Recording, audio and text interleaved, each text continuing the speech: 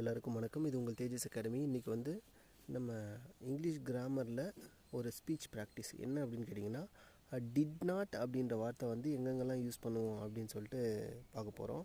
இந்த did not அப்படின்ற word வந்து நம்ம கடந்த காலத்தில் நடந்து முடிஞ்ச ஏதாவது ஒரு செயலை நான் செய்யலை அப்படின்னு சொல்லும்போது நம்ம டிட் நாட் வந்து யூஸ் பண்ணலாம்.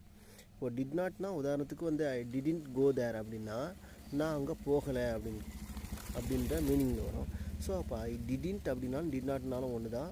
இப்போ did not go there, didn't go தேர்னால் உதாரணத்துக்கு வந்து நேற்று நான் எங்கள் ரிலேட்டிவ் வீட்டுக்கு போனேன், பட் நான் என்னோடய ஃப்ரெண்டு வீட்டுக்கு போகல அப்படின்னு வரும்போது ஐ டிடன்ட் கோ தேர்.